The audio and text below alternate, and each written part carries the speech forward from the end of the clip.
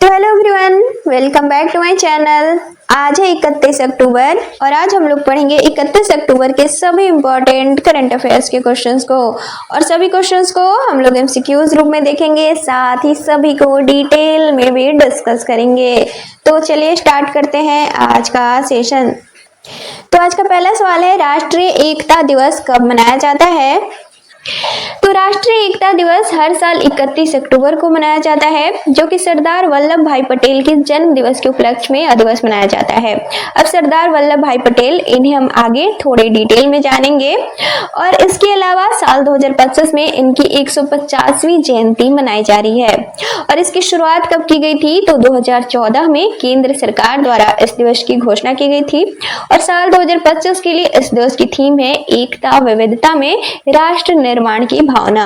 और इस दिवस का मुख्य उद्देश्य क्या है? तो देश स्तर पे एकता, साथ ही अखंडता एवं सुरक्षा की भावना को मजबूती देना, साथ ही सरदार पटेल के योगदान को सम्मानित करना। तो अब सरदार पटेल थे कौन? इन्हें हम थोड़े शब्दों में जानेंगे। तो दरअसल यह भारत के पहले उप प्रधानमंत्री थे। इसके अलावा पहले गृह मंत्री भी थे देश के। इनका पूरा नाम था सरदार वल्लभ भाई झावेर भाई पटेल। इनका जन्म 31 अक्टूबर साल 1975 को हुआ था और निधन 15 दिसंबर साल 1950 को हुआ था, जो कि मुंबई में हुआ था। और इन्हें सरदार की उपाधि किसके द्वारा दी गई थी? तो बारदोली की महिलाओं द्वारा दी गई थी। इसके अलावा इन्हें भारत के लौह पुरुष के नाम से भी जाना जाता है, जो कि इन्हें गांधी जी द्वारा कहा गया था। साथ ही भारत के एकीकरणकर्ता के तौर पे भी जाने जाते हैं। इसका मतलब क्या?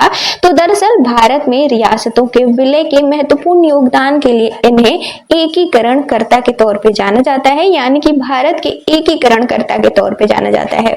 और भारत के पहले उप प्रधानमंत्री और गृह मंत्री थे, इन्हें हम पहले देख चुके हैं।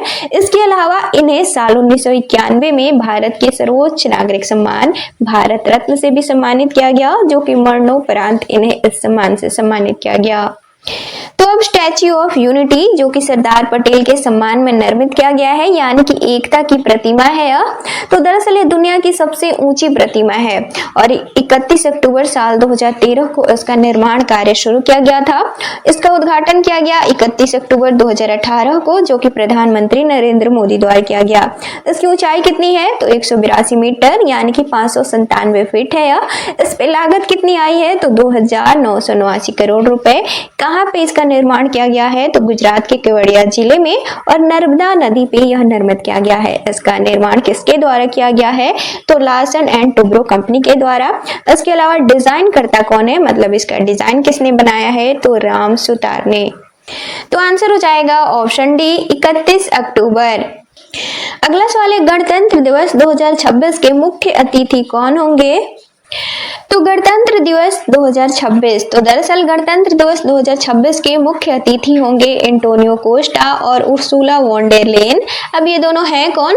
तो एंटोनियो कोस्टा, ये हैं यूरोपीय परिषद के अध्यक्ष। तो अब यूरोपीय परिषद है क्या, इसे थोड़े शब्दों में जाने। तो दरअसल इसकी स्थापना की गई थी साल 1974 में। यह यूरोपीय यूनियन की रणनीतिक दिशा और साथ ही नीतियों के लिए कार्य करता है, यानी कि नीतियों को तय करता है। अगला है यूरोपीय आयोग। अब ये क्या है? तो दरअसल ये यूरोपीय संघ यानी कि यूरोपीय यूनियन की एक शाखा के तौर पे ही कार्य करता है और यूरोपीय यूनियन के कानूनों को लागू करने और साथ ही नीतियां बनाने का यह काम करता है। तो आंसर हो जाएगा ऑप्शन डी, ए और बी दोनों। अगला सवाल है, भारत के प्रवासी सांस्कृतिक महोत्सव प्रवासी परिचय 2025 का आयोजन कहाँ किया जा रहा है? तो प्रवासी परिचय सांस्कृतिक महोत्सव 2025, तो दरअसल साल 2025 में यह इसका तीसरा संस्करण है। इसका आयोजन किया जा रहा है 28 अक्टूबर से और यह चलेगा 3 नवंबर तक। कहाँ पे? तो सऊदी अरब के रियाद शहर में। इसका मुख्य उद्देश्य है भारत के विभिन्न राज्यों की सांस्कृतिक विविधता, साथ ही भाषा, साहित्य, इसके अलावा नृत्य, संगीत, साथ ही व्यंजन आदि को विदेशों में प्रवासी भारतीयों एवं साथ ही स्थानीय समुदायों के बीच प्रस्तुत करना। तो आंसर हो जाएगा ऑप्शन सी, रियाद, सऊदी अरब। अगला सवाल है, हाल ही में किस देश में दिलमुन सभ्यता के 4000 वर्ष पुराने मंदिर की खोज की गई है? तो दरअसल हाल ही में कुवैत में फैलाका द्वीप में प्राचीन मंदिर की खोज की गई है जो कि 4000 वर्ष पुरानी है और दिलमुन सभ्यता की है। तो अब दिलमुन सभ्यता तो यह प्राचीन कालीन सभ्यता है जो कि अरब प्रायद्वीप और साथ ही खाड़ी क्षेत्र में स्थित है। तो आंसर हो जाएगा ऑप्शन बी, कुवैत। अगला सवाल है, किस राज्य में 76वें जिले के लिए प्रस्ताव लाया गया है? तो दरअसल हाल ही में उत्तर प्रदेश सरकार द्वारा राज्य में 76वें जिले के तौर पे कल्याण सिंह नगर को प्रस्तावित किया गया है, यानी कि अभी यह प्रस्ताव सिर्फ लाया गया है, निर्माण नहीं किया गया है। अगर कल्याण सिंह नगर राज्य जिला बनता है तो यह उत्तर प्रदेश का 76वां अस्थायी जिला होगा, जो कि पूर्व मुख्यमंत्री राज्य के कल्याण सिंह की स्मृति में इसका निर्माण किया जाएगा। और इससे पहले राज्य के 76वें अस्थायी जिले के तौर पे महाकुंभ मेले को बनाया गया था, यानी कि 76वां अस्थायी जिला महाकुंभ मेला बना था। तो अब उत्तर प्रदेश, तो इसकी राजधानी है लखनऊ। यहाँ के वर्तमान मुख्यमंत्री हैं योगी आदित्यनाथ, वर्तमान राज्यपाल हैं आनंदीबेन पटेल। अब उत्तर प्रदेश अपनी सीमा किनसे साझा करता है? तो 8 राज्यों से, इसके अलावा एक केंद्र शासित प्रदेश से और इसके अलावा एक अंतरराष्ट्रीय सीमा साझा करता है। और उत्तर प्रदेश में 75 जिले हैं। वर्तमान में कल्याण सिंह नगर बनता है नया जिला तो 76 हो जाएंगे। और यहाँ पे विधानसभा की सीट है 403। इसका सबसे अधिक आबादी वाला राज्य है, यानी कि सबसे अधिक जनसंख्या वाला राज्य है।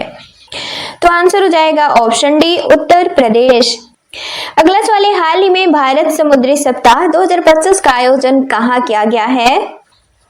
तो भारत समुद्री सप्ताह 2025, तो दरअसल इसका आयोजन किया जा रहा है 27 अक्टूबर से यह शुरू हुआ है और 31 अक्टूबर तक चलेगा। कहाँ पे?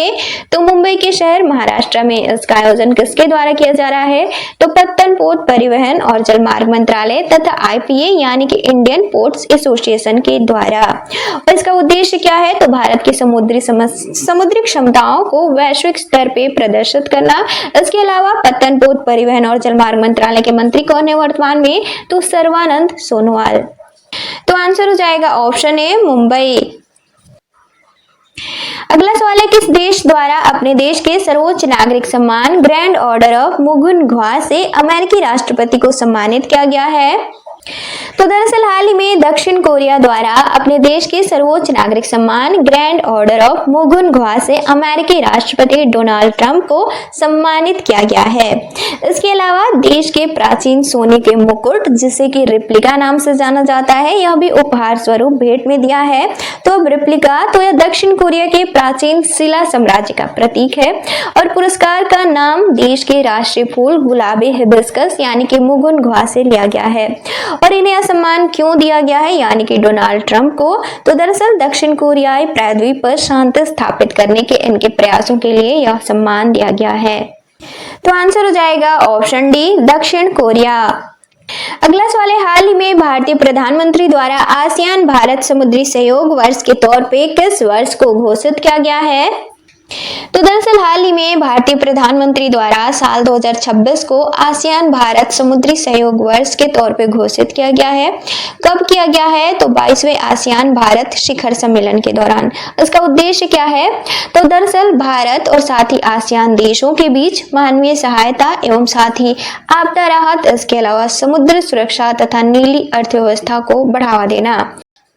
तो अब आसियान भारत शिखर सम्मेलन यह है क्या, इसे थोड़े शब्दों में समझें तो दरअसल साल 2025 में यह इसका 22वां संस्करण था, जो कि आसियान के सदस्य देशों और भारत के बीच आयोजित होने वाला एक शिखर सम्मेलन है और इसे आसियान भारत सम्मेलन के नाम से जाना जाता है, यानी कि आसियान भारत शिखर सम्मेलन। और इसका आयोजन कब किया गया था? तो 26 अक्टूबर को। कहाँ पे? तो मलेशिया की राजधानी कुआलालंपुर में। और इसमें भारत का प्रतिनिधित्व किसने किया है? तो एस जयशंकर ने, जो कि वर्तमान में भारत के विदेश मंत्री हैं। इसका मुख्य उद्देश्य था भारत और साथ ही आसियान देशों के बीच व्यापार, साथ ही निवेश, इसके अलावा सामाजिक सांस्कृतिक, इसके अलावा शिक्षा विज्ञान, साथ ही प्रौद्योगिकी सहयोग को बढ़ावा देना। तो आंसर हो जाएगा ऑप्शन बी, 2026। अगला सवाल है, डॉक्टर के मातंगी रामकृष्णन किस क्षेत्र से संबंधित हैं? तो डॉक्टर के मातंगी रामकृष्णन भारत की प्रसिद्ध प्लास्टिक सर्जन थी जिनका की हाल ही में निधन हो गया है। और तमिलनाडु में किलपॉक मेडिकल कॉलेज, साथ ही चेन्नई में प्लास्टिक सर्जरी विभाग एवं साथ ही बर्न यूनिवर्सिटी की संस्थापक भी थी। और इन साल 2022 में भारत के चौथे सर्वोच्च नागरिक सम्मान पद्मश्री से सम्मानित किया गया था। तो आंसर हो जाएगा ऑप्शन सी, सर्जन।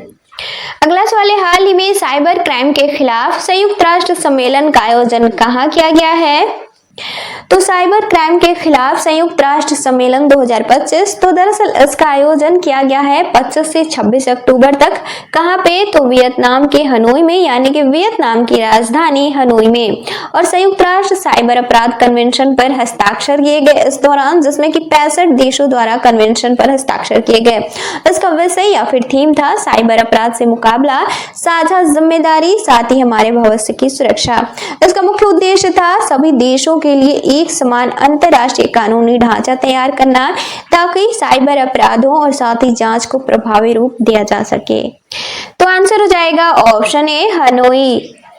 अब कल के क्वेश्चंस का रिवीजन करेंगे।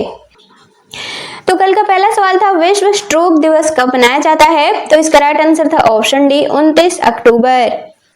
अगला सवाल था, कौन बन सकते हैं भारत के 53वें मुख्य न्यायाधीश? तो इसका राइट आंसर था ऑप्शन बी, जस्टिस सूर्यकांत। अगला सवाल था, चक्रवात मोन्था का नामकरण किस देश द्वारा किया गया है? तो इसका राइट आंसर था ऑप्शन ए, थाईलैंड। अगला सवाल था, हाल ही में मैक्सिको ग्रैंड प्रिक्स 2025 का खिताब किसने जीता है? तो इसका राइट आंसर था ऑप्शन बी, लैंडो नॉरिस।